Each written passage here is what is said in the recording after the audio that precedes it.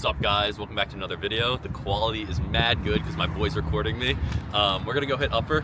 The gym's right over there. We're about to walk in. It's brick outside. Super stoked for this session. He'll be recording it on the nice camera, so you guys are spoiled for a video. But yeah, let's walk right in. Champion mentality. I am not bound to succeed, but I am bound to live up to the light that I have. Abraham Lincoln.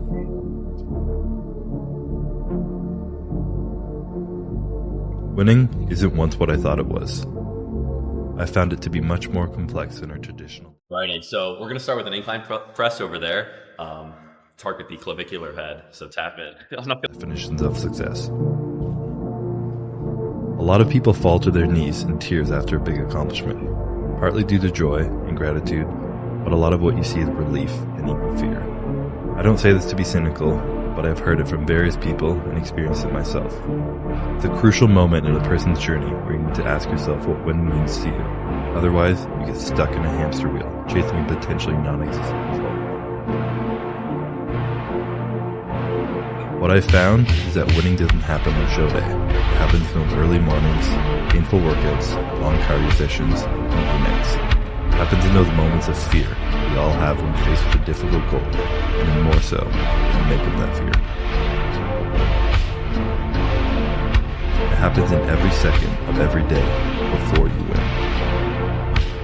If you can take every opportunity you have to bring yourself closer to your goal, win every one of those opportunities, all while becoming more resilient in the process, how can you lose? That is an exciting opportunity. An exciting responsibility to find out what you're truly capable of. A medal around your neck and a trophy in your hands provides but a moment of relief. Maybe a surge of excitement, but one that will quickly and surely fade. Then you're back to square one and faced with new decisions. Can I do it again? Will I do it again? Again. Why?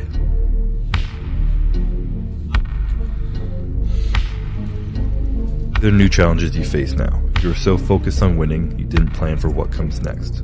After all that hell you just put yourself through, are you ready to do it again, but with more intensities?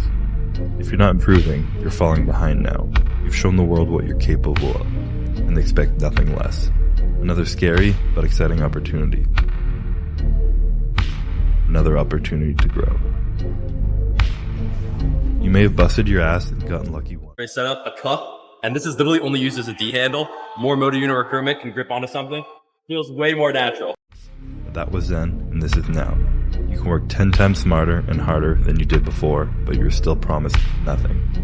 Entering hell blindly with no promise of what's on the other end is one thing, but getting to paradise and then choosing to turn back around into hell, full well knowing what to expect this time, with a pipe dream of a better paradise on the other end waiting for you, that's insanity. But history has a habit of calling ambitious people crazy. There's no guarantee of what you'll find on the other side of hell.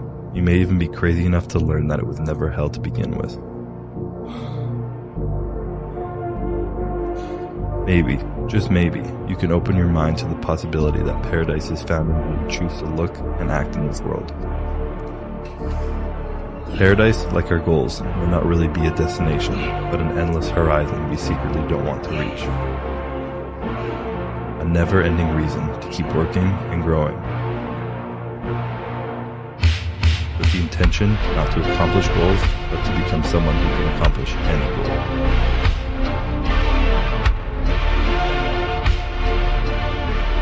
Winning equally has no finish line. It's about the responsibility.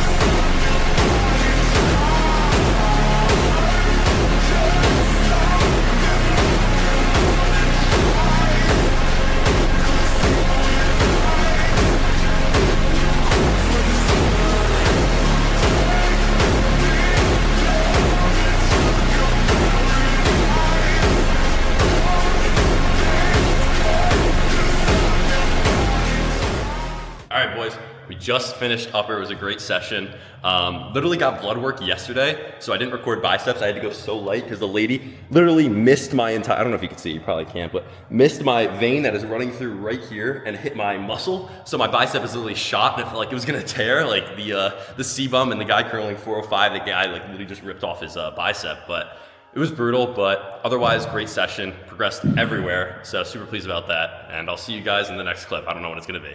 Alrighty. Just got off work, hence the atrocious fit. I'm wearing a stained t-shirt with some tight jeans that don't fit my legs anymore. But anyways, I wanted to do, it's about 10:30 at night. I wanted to do the car talk or the motivational talk, so to speak.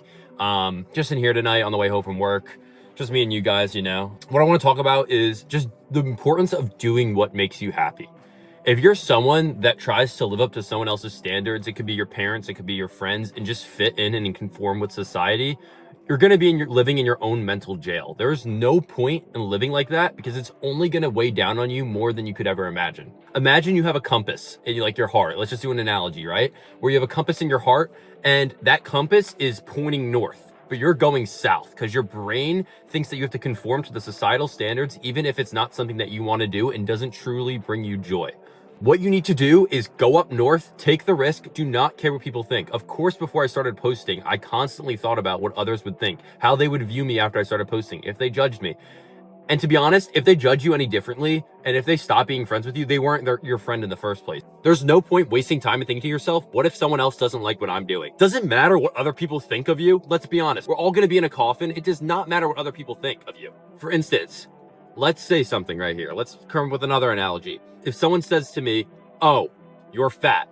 Obviously, I'm not going to take those words and they're not going to have any significant meaning to me because I'm not actually fat. Yes, I'm bulked up, but not necessarily fat or obese in the slightest.